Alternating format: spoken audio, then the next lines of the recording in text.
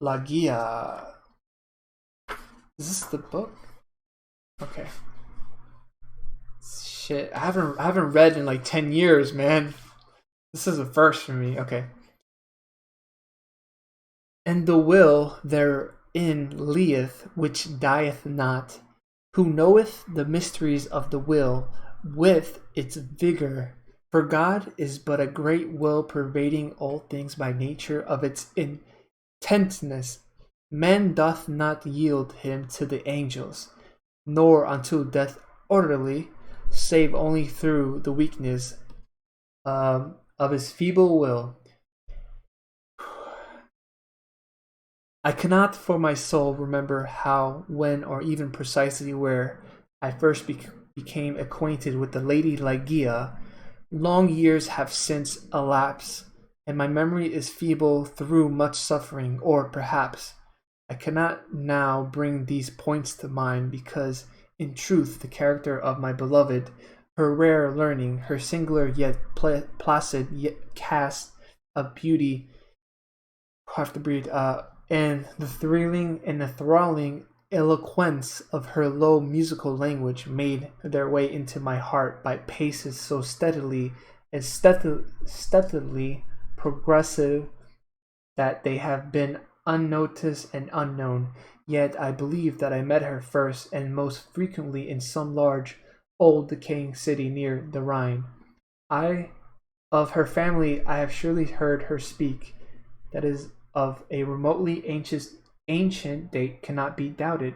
Ligeia, Ligeia, buried in studies of nature, more than all else adapted to deaden impressions of the outworld, at, at, outward, outward world. It is by that sweet word alone, by Ligeia, that I bring before mine eyes in fancy the image of her who is no more, and now, while I write, a recollection flashes upon me that I have never known the paternal name of her who was my friend and my betrothed, and who became the partner of my studies, and finally the wife of my bosom.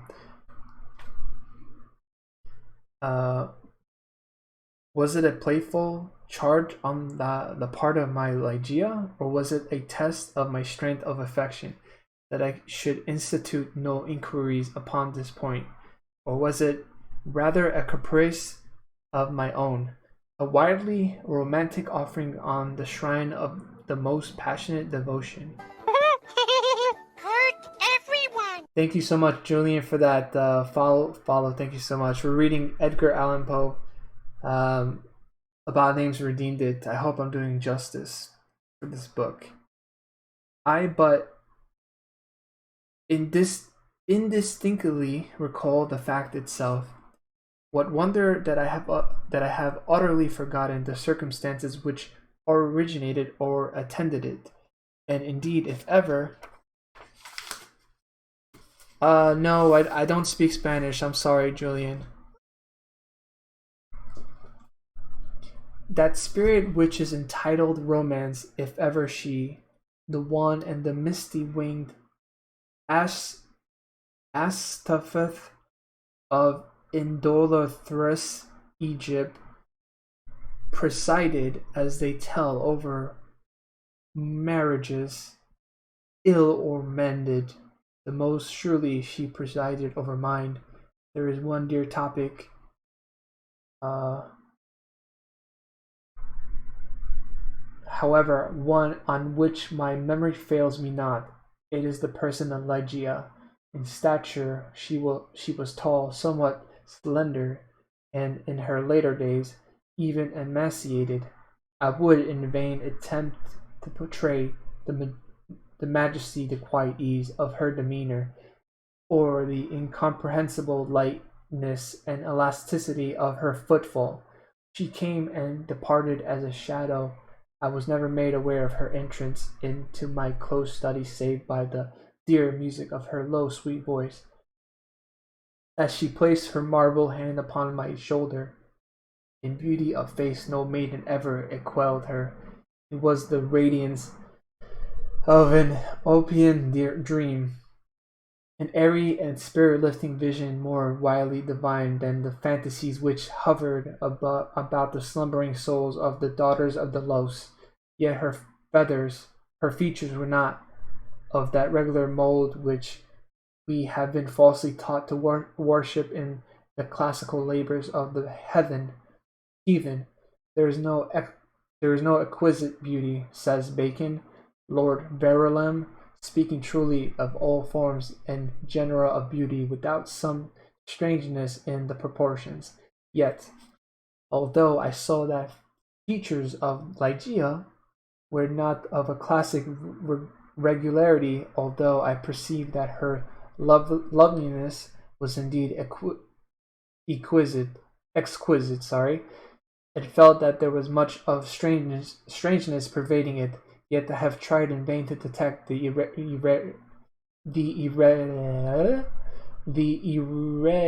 irregularity and to trace home my own perception of the strange.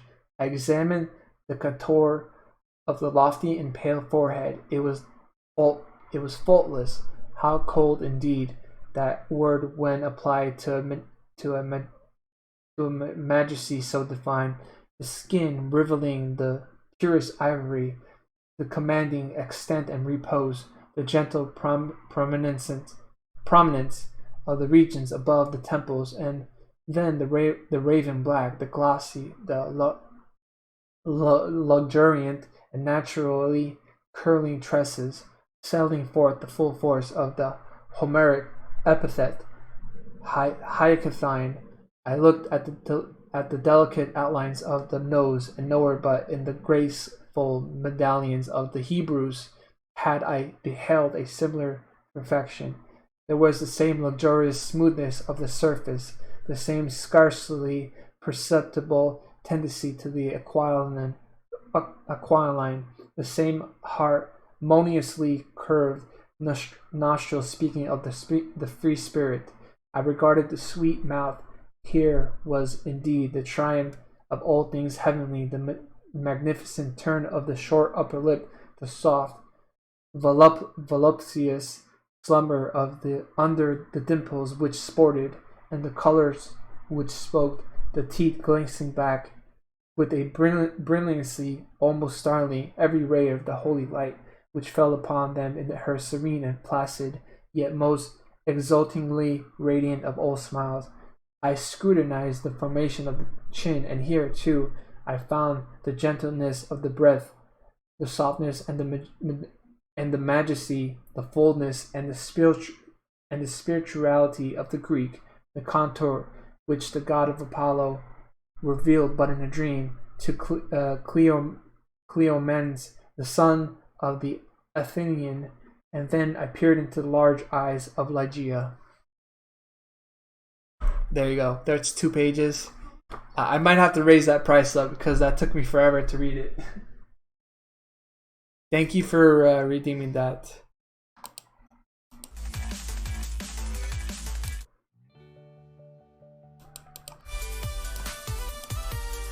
Vacation.